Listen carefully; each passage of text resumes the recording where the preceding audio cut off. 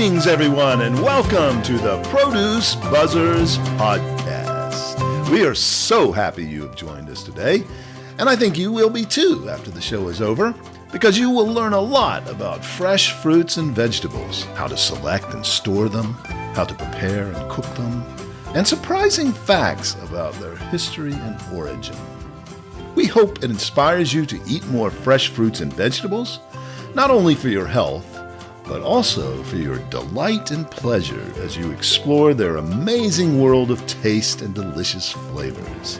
Eating more of them will transform your life in so many positive ways. So settle back, relax, and get ready for another delicious adventure with the Produce Buzzers. Greetings, Produce Buzzers podcast fans. Welcome to another delicious episode of the Produce Buzzers podcast. I'm Edwin Stepp, your host and executive editor of producebuzz.com. I'm joined once again by Teresa Nolan, the president and founder of Produce Buzz, along with Rick Stepp and Cynthia Benedetto, both contributing editors to Produce Buzz. Well, it's June. And June is National Fruits and Vegetables Month. We are so happy about that. We celebrate fresh fruits and veggies every day and every month, but we're glad that there is a month dedicated to highlighting them. And our modern world is so blessed with such an abundant supply of fresh fruits and veggies, not only in terms of quantity, but also with amazing varieties, and with supplies of almost all of them year-round.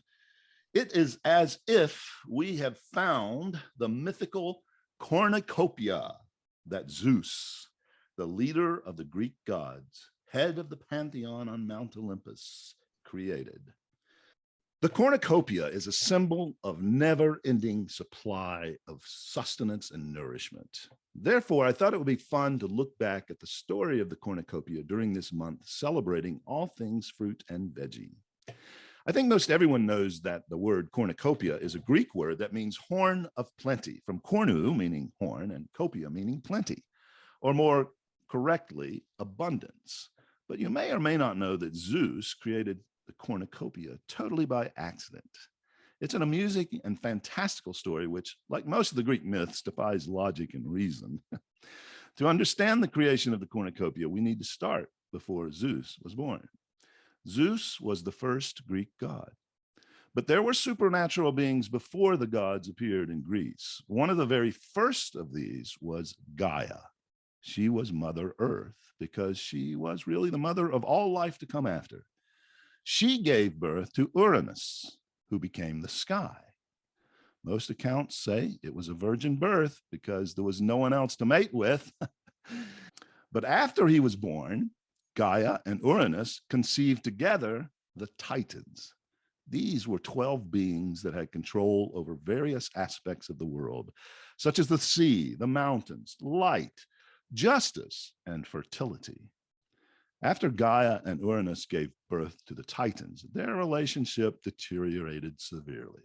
Yes, even the gods in Greece suffered the same failings as mortal humans, perhaps even more so, and perhaps that is why their stories have survived through the ages. We can identify with them. Gaia became angry at Uranus because he detested some of their offspring, specifically the Hecatoncheires. And he had good reason. What was that? Say that again. Okay. The Hecatoncheires. And he had good reason to despise them.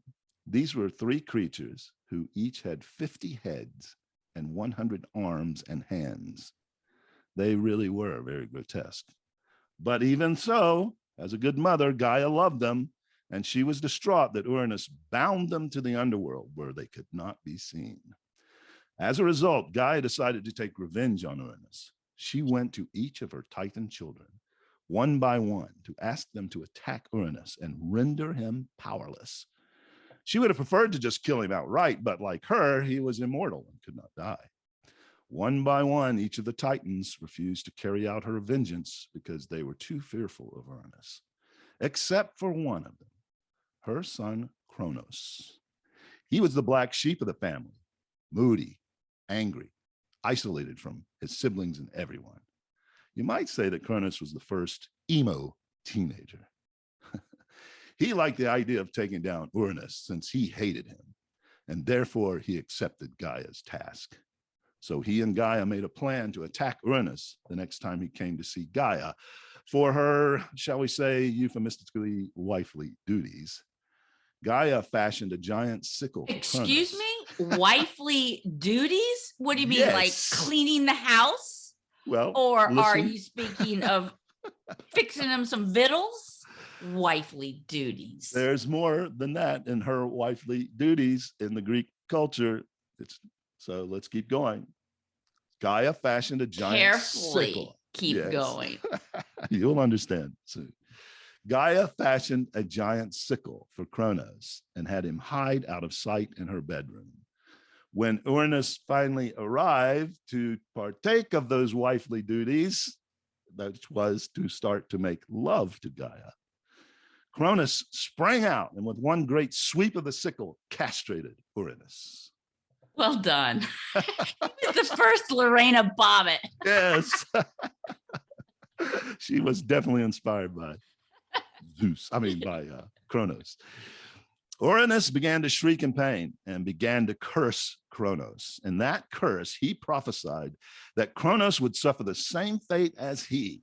He told Cronos that one of his offspring would rebel and destroy him just as he had done to his father. Cronos and Gaia rejoiced at the vanquishing of Uranus, but the prophecy Uranus had delivered would never leave Cronos's mind. Cronos's Titan siblings did not like him except for one. The Titan that ruled fertility was named Rhea. She was the youngest of the Titans and was deeply in love with her brother Cronos. Now, a couple of side notes about the relationships we have discussed. Firstly, a bit about all this incest. It can be quite disturbing. Isn't like the mother had sex with the son to create? Yeah. Mm-hmm. Yep, you're right. So I wanted to make note of that to help our listeners. A disclaimer of kind of a disclaimer that you do not agree or disagree with. Right, exactly. So here it is. It is and can be quite disturbing. But remember, these were the first conscious beings in the world. The only source to reproduce was with family members. I know that doesn't make it any less revolting, but alas, it was the reality. Secondly, why was Rhea attracted to such a dark and disturbed person as Cronos? Well, we shouldn't be surprised. This is one trait that is still with us in force in today's world. Girls are often attracted to the bad boy.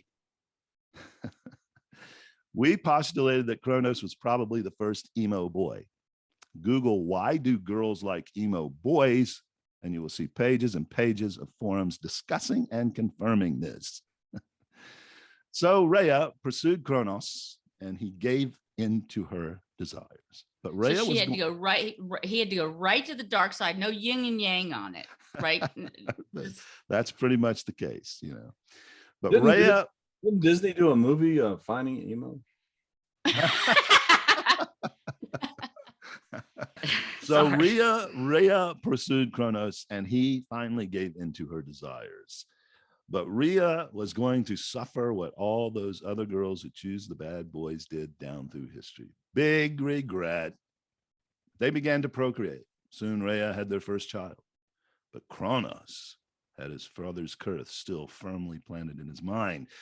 And when the child was born, he snatched it up and swallowed it whole. No offspring of his was going to be allowed to do what he had done to his father, Uranus. The same happened with their second child. Cronus once again swallowed it as soon as it was born. And then the third, and then the fourth, and then the fifth. Rhea was overly distraught, but she was powerless to prevent this infanticide. But it wasn't really infanticide, because all of those children were also immortal. And spoiler alert, they'll make a return before the end of our story. Soon Cronos was back to once again to impregnate Rhea with her sixth child. But this time, Rhea devised a plan to fool Cronos and save the baby. A few days before the baby was born, she took a stone and wrapped it in swaddling to make it look like a baby. Rhea then pretended to be in labor, and when Kronos heard her cries, he once again came to swallow the child. When Kronos arrived, she was holding the wrapped stone in her arms like a baby with great affection. Kronos quickly grabbed the stone and gulped it down. Then he turned and left. He listened as he heard great crying from Rhea's chamber. But as soon as he got out of earshot, the cries turned from cries of grief to cries of laughter and rejoicing. Rhea then immediately left for the island of Crete, and she hid out in a cave where she would give birth to Zeus without Kronos knowing about it. Her sixth child, Zeus. She left Zeus in the cave to be raised and protected by several divine attendants.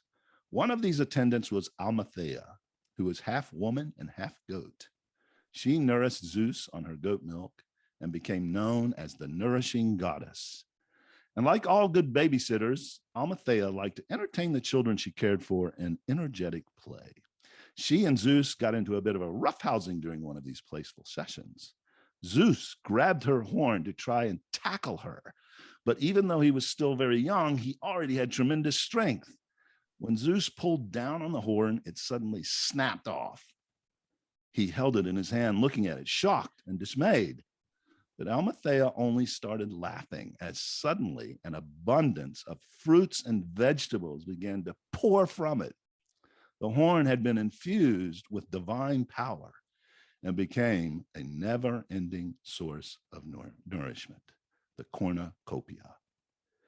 The Cornucopia has become one of the most popular images to come out of Greek mythology. We see it depicted countless times in art down through the ages. It has been prominent on many coats of arms, national and state flags, and seals. Interestingly, it is featured prominently on the state seal of North Carolina, our home state. And of course, it has become a mainstay decoration for the Thanksgiving holiday tables in the US. Well, perhaps you're wondering what happened to Zeus and his ingested siblings. When Zeus became a little older, it came time for him to emerge from the cave and seek his destiny and fulfill Uranus's prophecy for Kronos. Zeus found Kronos and infiltrated his inner circle, disguised as a cupbearer. Of course, since Kronos thought he had swallowed him and he had never seen him, he did not recognize Zeus. Zeus offered Kronos a drink that was so delicious he could not refuse it. But the drink contained a potion that would induce vomiting. Soon, Kronos was bent over and expunging everything in his stomach. One by one, Rhea's children came out. They came out in the reverse order that Kronos had swallowed them. First Poseidon, then Hades, then Hera, then Demeter, who, not to miss a connection to our podcast, would become the goddess of agriculture, and finally Hestia. They all would become gods and were the beginning of the pantheon of Greek gods. But Zeus ruled over them all since he had vanquished Kronos, who up until that time ruled the world. So the powerful king of the gods, Zeus, was nourished to great strength and wisdom with the unlimited supply of fruits and veggies from the Cornucopia, and the golden age of Greece began. Now, Zeus's Cornucopia, as we said, was an accident, but our modern day Cornucopia has been far from that. It has been the result of a lot of hard work and investment by farmers, growers, shippers, distributors, retailers over the past half century especially.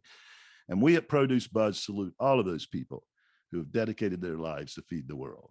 We have them to thank for the Horn of Plenty. Happy National Fruits and Vegetables Month, everyone. Well, I hope I didn't disgust you too much with all that incest and vomiting and misogyny. But Edwin, do you really believe that's true? oh, absolutely. Okay. No. Which part? I think it's a lot more believable than most religion, but Greek mythology is fascinating to me and always has been. But most of the stories defy logic. They have ridiculous plot lines and are often contradictory. The decisions the characters make in them are stupefying and frustrating, frankly. There are very few morals in them for humans other than to stay away from the gods, stay out of their path, you will suffer. But the other thing that fascinates me about Greek mythology is how much of it still dominates our language and culture. Scientists, historians, doctors, when they want to name a new discovery or establish a new category in their fields, they so often reach back to those stories to come up with the words to describe them. And then, of course, the philosophers, artists, poets, and musicians all down through the ages have drawn inspiration from those myths. Those great gods had great power, but that was just about the only thing godly about them. Their relationships and behavior was all too human, and most often the worst things about being human. The stories really were the first soap operas, and that is perhaps why they captivate us and have endured. And what was in the delicious drink that made him vomit? Well, I don't know that, and I don't think that has ever been explained anywhere. But that I would have said it was ambrosia or nectar. Nectar was the drink of the gods, but that nectar actually wasn't invented until after Zeus became the king of the gods. So, but it was probably something. A lot of people believe that these ancient aliens came to Earth and they were the gods of the Egyptians and the Greeks, and that they bred with Homo sapiens or whatever and created the human race. I've heard that theory. Yeah, there's actually several. You've probably seen some of the documentaries about that. I haven't watched the documentaries, but I've read about it. Yeah. Well, why wouldn't they have been smarter than if they were if Homo sapiens bred with aliens, like a higher form of intelligence, right? Yeah, well, I would like to think that we're smarter than the apes, but maybe we're not. Not everybody.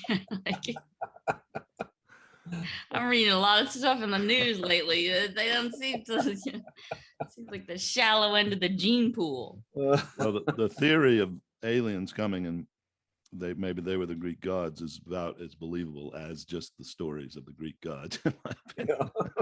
Yeah. Well, Produce Buzzers podcast fans, it's June and it's peak season for one of the most delicious fruits out there, cherries. They come in the springtime and they don't last long. They're usually gone. Well, Teresa will tell us about that because she's going to tell us all about cherries. I'm sure you're starting to see them in the grocery stores being promoted. So we thought you would like to know more about them. Teresa, tell us about cherries. Okay, well, you've heard life is just a bowl of cherries. And so one of the things that some people claim is that eating cherries will lift your mood. It's really a wonderful tasting fruit, of course, but there are the more sour cherries that are available that are used for pies and cooking and things like that. But just a fresh cherry, you take a few bites of those, and who wouldn't be happier after consuming a few of them? They're a serving size of cherries is 21 cherries. That's quite a few cherries. Wow. If you think about it. I could eat. And that has less than 100 calories. That's amazing. So, you can really pig out on them and still feel like you've had something very special. And Edwin was asking about the season. The domestic season, the season here in the United States, starts in early June in some places, California, and goes to August. As far as top cherry producing countries, Turkey is number one. Wow. The United States is second, Iran, and then Italy. We call it a good mood food. The cherry growers of California have some information on their website that say that cherries are a good source of melatonin, so that they might help you sleep better and they might help you reduce jet lag too. A better sleep study showed that after 3 days, participants started to sleep better. So if you're having trouble sleeping right now, it's a good time to grab some cherries and chow down, see if that helps. You know about the shortage this year of cherries, correct? No, why? Yeah, there's like a 40% reduction in Washington State this year because of weather problems. Oh, wow. So they're going to be. I haven't even seen any cherries in this store. I did see some at Sam's Club. No, I've seen them at the store, and I've seen the Rainiers also, because the Rainiers are coming on strong too. And usually it's, the display volumes are not equal. Yeah, and I'm sure they're in the store. I just haven't walked in and seen this big, huge display like I would usually see by now. That's interesting. I noticed that too, and I have not seen any sales on them. Usually by now you'll see some sales, but and I saw them in Sam's Club as well, and the price was not cheap. It was they're up there. I've seen cherries in all the stores here, and as Edwin said, they are not cheap, but they are available, and the quality seems excellent. I've actually purchased some, and really good. What's the weather problem? Lack of water, or? Well, in the Northwest, they had a late season snowstorm, which caused the cherry trees to drop their blossoms, and that cut the volume of cherries dramatically. Sad. Yeah. Well, I also read that the size of the cherries are going to be larger because of that. oh, that makes sense. And the quality is very good, like Teresa just mentioned. Yeah. When you have fewer pieces of fruit on a tree, it will produce larger fruit. So that is one good thing. Yeah, larger and sweeter, generally. Sucking the life out of the tree. They're getting more to eat. Exactly. Yeah. A horn of plenty, a cornucopia of nutrients for the fruit. Yeah. Another benefit of cherries is that they're a great anti-inflammatory. They have they may actually help to control arthritis and gout. I think we've all heard that cherries are recommended for gout. The antioxidant values of foods are often expressed in oxygen radical absorption capacity units, or ORAC, and cherries have an extremely high ORAC score. So wasn't ORAC a Greek god too? He may have been. God of cherries? No. Might be. So they also could cut the risk of heart disease because of their high antioxidant level. Cherries are a really good source of potassium, and they are often recommended to try to help control your blood pressure and reduce the risk of hypertension and stroke. And of course, they're high in fiber too. According to some calculations, there are about 1,200 different varieties of cherries around the world. Wow. Each of them have their own unique taste and appearance. So that's pretty impressive. And I guess you know that a cherry is considered to be a drupe. I believe we talked about drupes before, didn't we, Edwin? Did you? Yeah. Were you the one who brought that up? Yes, I did bring that up, and it was in one of the mystery quizzes, and I think it was on the one that was the cherries, and that's one of the things I started off with, that this fruit is a drupe. Yes. And I explained then what they are. You're going to explain again to our listeners what a drupe is, right? A drupe in botany is simple, fleshy fruit that usually contains a single seed, such as a cherry, peach, or olive. As a simple fruit, a drupe is derived from the single ovary of an individual flower. The outer layer of the ovary wall is a thin skin or peel. The middle layer is thick and usually fleshy, though sometimes tough, as in the almond, or fibrous, as in the coconut. And the inner layer, known as the pit, is hard and stony. So there you go. So a coconut is a drupe as well? Yes, and so is a dogwood, if you can believe that. Wow. Interesting. Avocados are drupes and walnuts are drupes. Also, raspberries and blackberries are drupes. Really? So, yes. How can they be drupes? They don't have A drupe has a single pit, and a raspberry contains multiple druplets. Oh, so that's right. why they call it. Call them druplets. I remember that. Yeah. Same for blackberries too, then, you said. Yes, raspberries and blackberries. That's interesting. Yeah. So Think of a woman, like it's like encased, it's hidden. Mm-hmm. there you go. And the way that she was describing the outside layer and then like the flesh on the inside, didn't that sound like anything to you, Rick?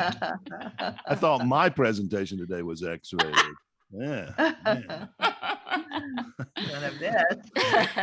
We're Here. going down the tubes on this part. Oh gosh. The fallopian tubes. Oh dear. Teresa's going to fire us. She's going to fire us. I'm telling you. Unless Apples Teresa's are gonna make a identified. pun out of this. Do any of you have one of those little cherry pit things that you can extract the pit from the cherry? I do. Yes, Yeah, they're great. they work great, but I always just like to eat them with this and spit the seed out. But if you're preparing them for a salad or something like a fruit salad, Mhm.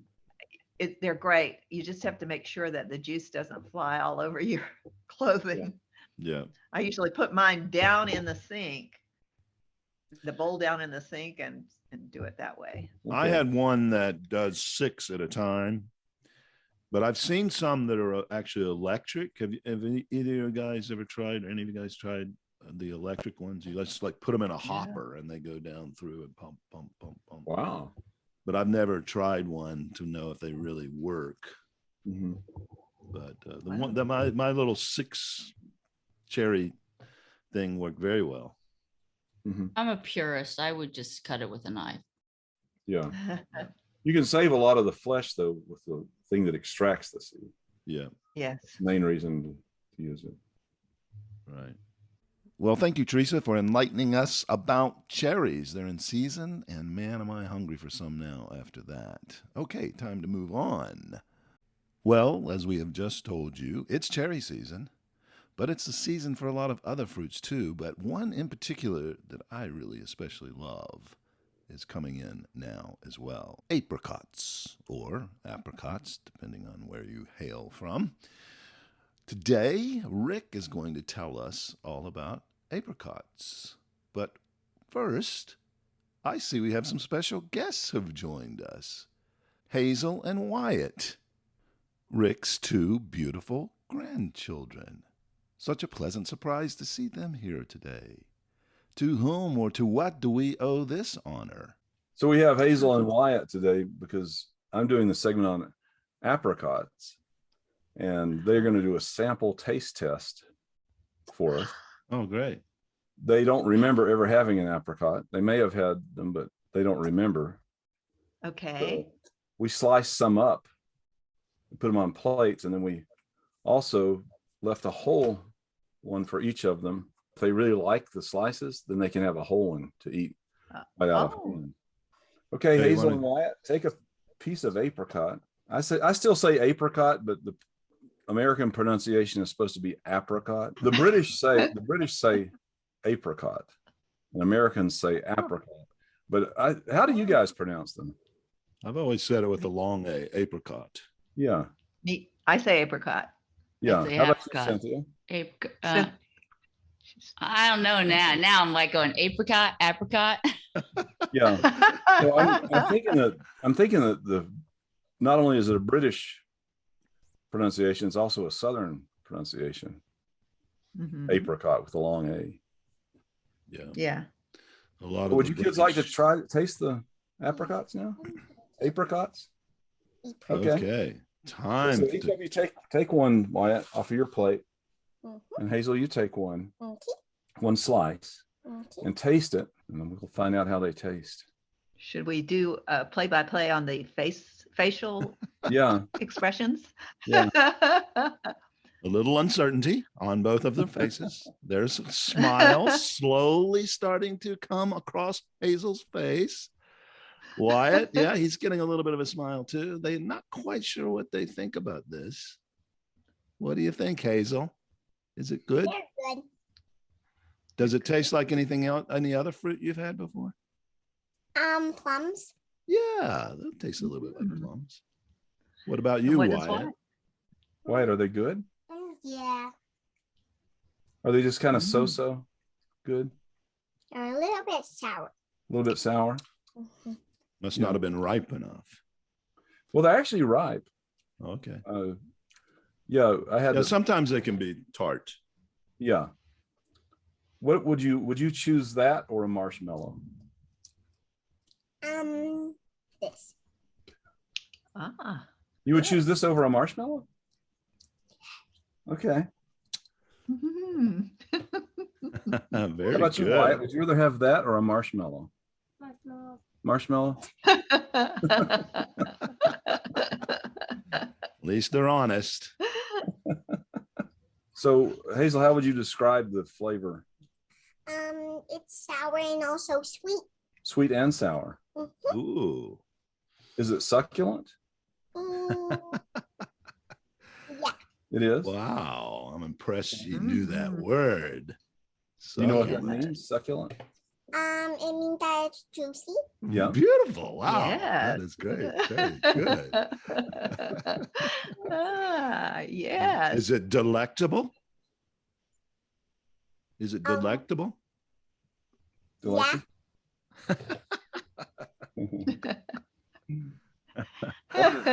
Juicy? Yeah. It's juicy.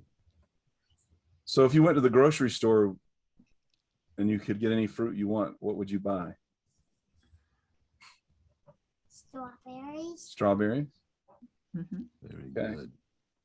How about you, Hazel? Strawberries too. Wow. That validates what we've been saying all along, doesn't it? Well, that was great. Thank you, Hazel and Wyatt, for joining us today. That was a very successful and interesting taste test that you provided us today. I'm glad you both like apricots, even if maybe a marshmallow might be better. Oh, well. Okay, Rick, now time for you to tell us all about apricots. Apricots, which is the pronunciation in the US, or apricot, which is the pronunciation in the UK, is a tree fruit that is grouped with the plum species according to chloroplast DNA sequences. So when we had Hazel on earlier, she said it tasted like a plum. I was actually surprised that she said that. Because I always thought of them being more like a peach, but they're actually related to the plum.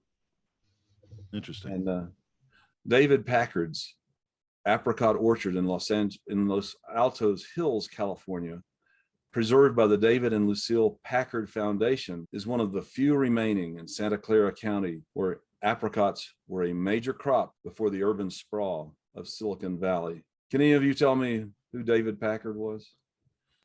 Hewlett Packard Okay. Computer Company. Okay. Am I right? I don't know. No, he is. I'm pretty sure. I would that- not have gotten that. I thought he was the inventor of the Packard automobile. Well, that's what I was wondering, but because it sounds like somebody old, way back. Yeah, I'm but not- you said didn't you say like Silicon Valley? Yeah. I'm not 100% sure of that, but The sprawl of Silicon Valley eliminated all those orchards. and that's why he probably set up the Yeah. foundation, was to Yeah, that could be. keep some there, because he was part of creating that sprawl. By the way, Edwin, you are right. He was founder of Hewlett Packard. Yeah, I thought that was Okay. So that must be a fairly old company. It was founded in the 30s, I think. Genetic studies confirm that domestication of apricots occurred in Central Asia and China. The domesticated apricot then spread to South Asia, West Asia, Armenia, Europe, North Africa, and east to Japan. The tree is slightly more cold hardy than the peach, tolerating winter temperatures as cold as 22 below zero Fahrenheit. But a limiting factor in apricot culture is spring frosts. They tend to flower very early in March, meaning spring frost can kill the flowers. So I have known people who have apricot trees, but honestly, I don't know if I've ever seen them bloom. And that's probably because of this susceptibility to freeze. They were fairly common in Southern California, LA, Pasadena. I'd see them occasionally in the yards as on my walks there. Right. Not as prominent as or citrus, but I saw them. I had a few places scouted out where I could go snatch a few. Are they as beautiful as the cherry blossoms? I have to say the that way I don't you described the flower, it sounded like a 5-petal, and it was pink and white. Or yeah, I'll be honest, I don't remember seeing them bloom there. I just, once they were on the trees, then I recognized they were apricots. then you stole them. Then I stole them. Yeah. Apricot production in 2020, top producing countries were Turkey, Uzbekistan, Iran, Algeria, and Italy. And no China in there, or no Japan. I somehow always just imagine Japanese apricots.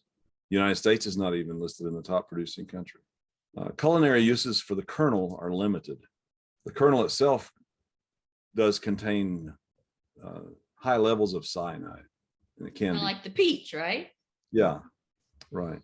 Thankfully, they're not tender enough to just chew up and eat. Amazing that I don't remember what a drupe is, but I remember the 2 seeds that have cyanide in it. Yeah, you haven't That threatened could come in handy. Yeah, you haven't threatened JR in quite a few episodes now. So I guess we're back. It's still early in the recording. Season. I've put a apricot seed in the microwave once. Of course you did. How much water? And I roasted it, but it still was not chewy.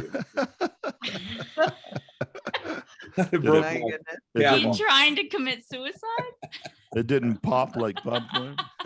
No. Oh, man. The one thing about the apricot seeds, peach seed would be hard to swallow, but those apricot seeds, they're smaller. They're easier to get down. So gotta be careful. Although they probably pass through you before they get digested to the cyanide, I would imagine.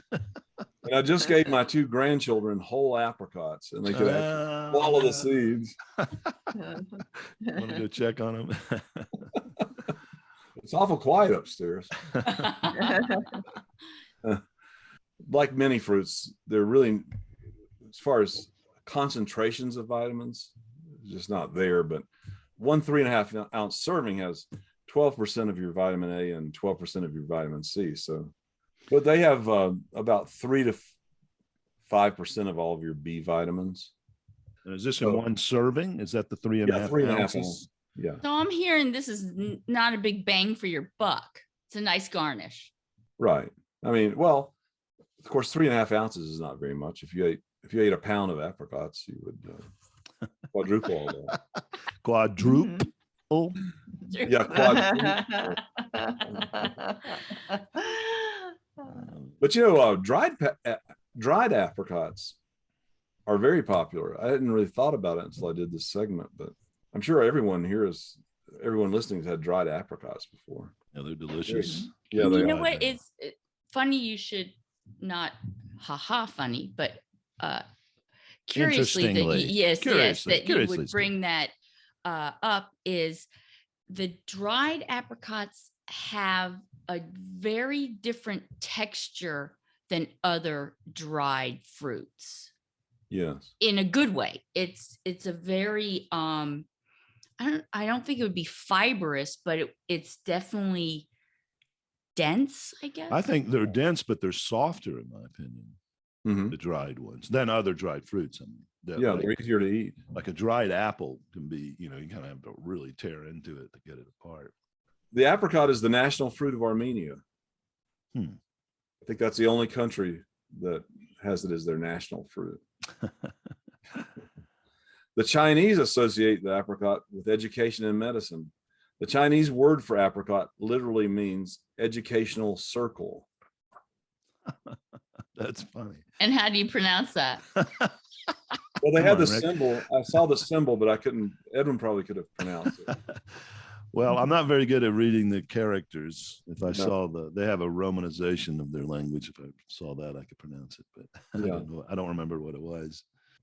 In Middle Eastern and North African cuisines, apricots are used to make moon of the religion, a thick apricot drink that is popular during Ramadan. I've never heard of that. Is that similar to your moonshine? Yeah, I guess so. Moon of the religion. Well, they I, don't. I didn't the think Muslims yeah, drink, they're not so maybe supposed it's to just drink, a yeah. fruit drink. Yeah. Right. Yeah, it's just a fruit drink. That would be a good name for a moonshine brand, Edwin. Moon of the Religion. This moonshine will give you religion. Yeah.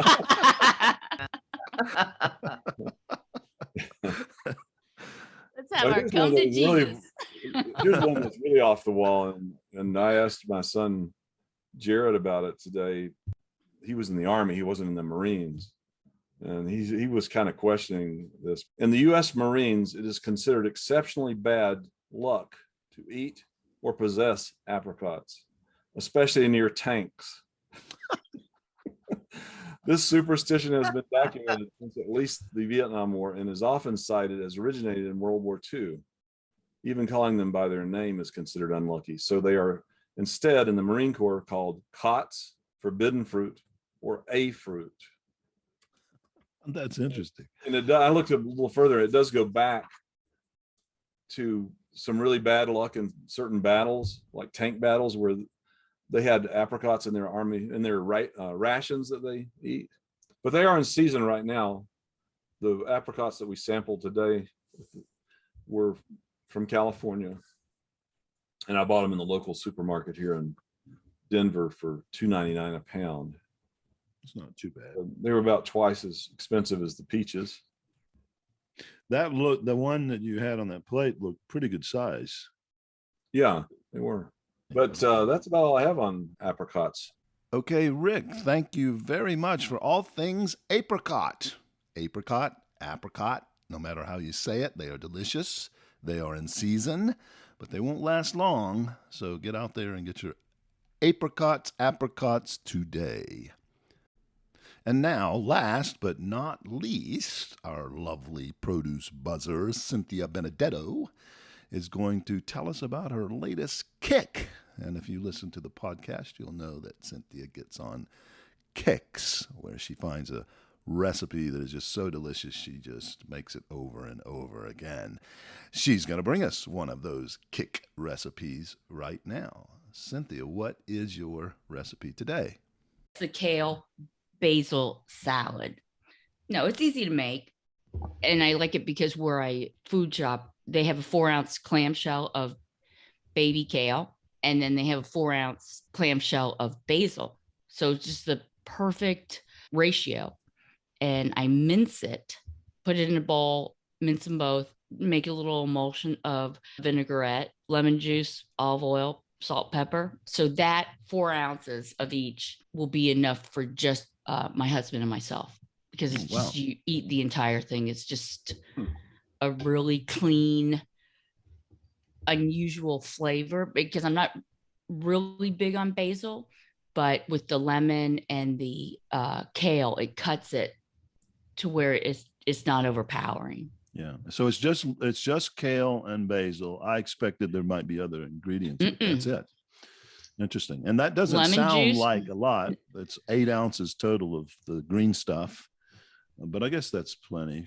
An ounce of green stuff can be quite a big volume. So that makes sense. What are the proportions on your vinaigrette?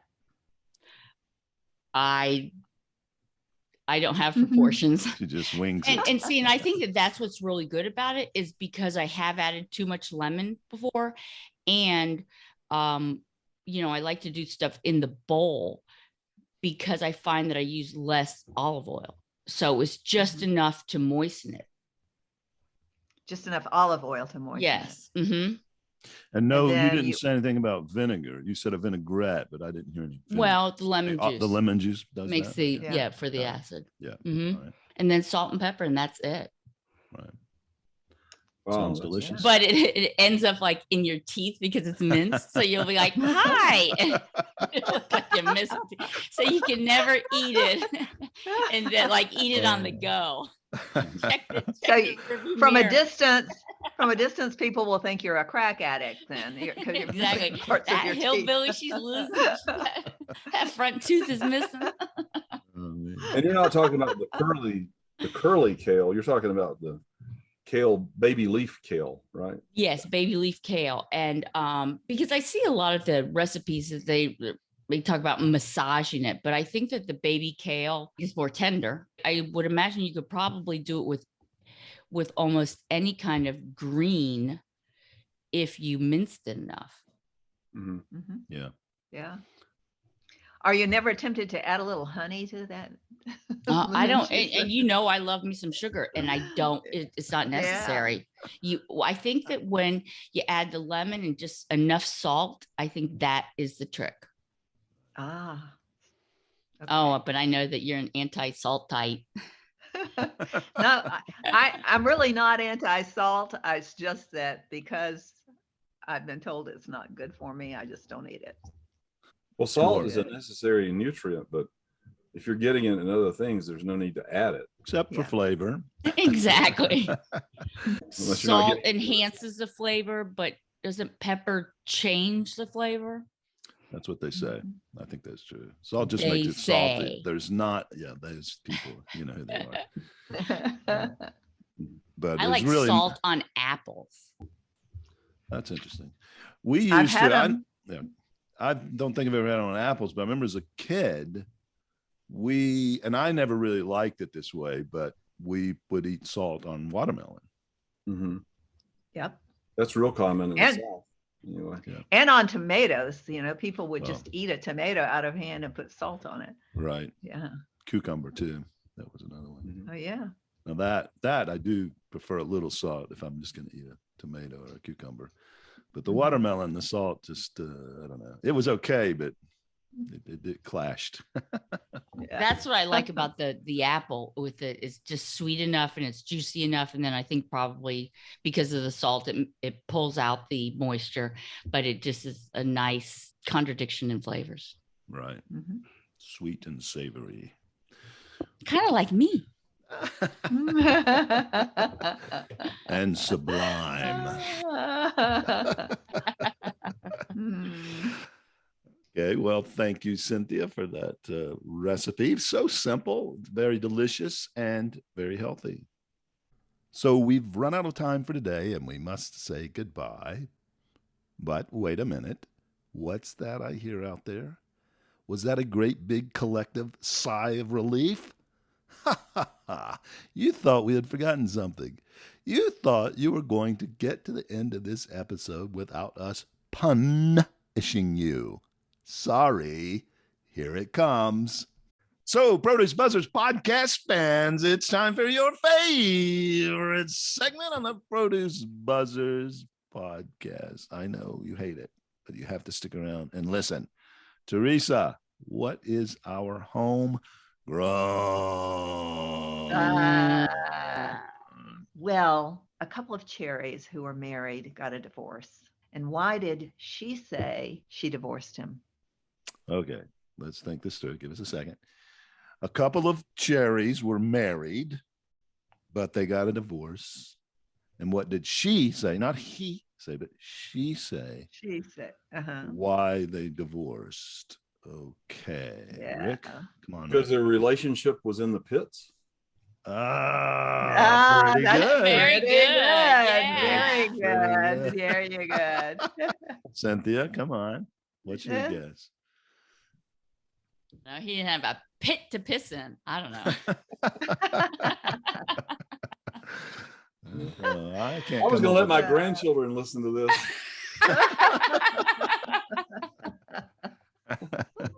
Okay, well, so Teresa, I can't come up with a guess on this one, so we're just gonna. Well, Rick came very close. All right. She said being married to him was the pits. There you go. Very good. I like that. I think on a game show, they would have let me get points for that. Ding, ding, ding, ding, ding. Yes. Well, you mentioned that phrase, life is a bowl of cherries. Do you remember there was a writer, Irma Bombeck? What was her name? Yeah. Bombeck or Brombeck? What was it? Bombeck. Bombeck. And her book, what was the title of it? I thought If it was life is a life. bowl of cherries, why am I in the pits? Yeah. Yes. Right. Yeah. I thought you were talking about the one where she said, the grass is always greener over the septic tank. That's another one. Okay, time for us to get out of the sewer and out of the pits and call it a day. Thank you, Produce Buzzers, for your interesting and exceptional contributions today. And thank you, listeners. We are always so grateful to you for joining us and being loyal listeners. So until next time, good night. Well, thank you, listeners, for tuning in to the Produce Buzzers podcast, brought to you by Produce Buzz, a gathering place for lovers of fresh fruits and veggies. We hope you were entertained a bit and educated a lot about fresh produce. Be sure to join us next time, and please tell your friends to do so as well. Like, share, and comment on our Produce Buzz Facebook page, and check out our website at www.producebuzz.com. There you will find articles about fresh fruits and veggies, how to select, store, and prepare them, as well as lots of interesting facts about all the wonderful bounty the earth provides for us. Until next time, be fruitful and don't forget to veg out.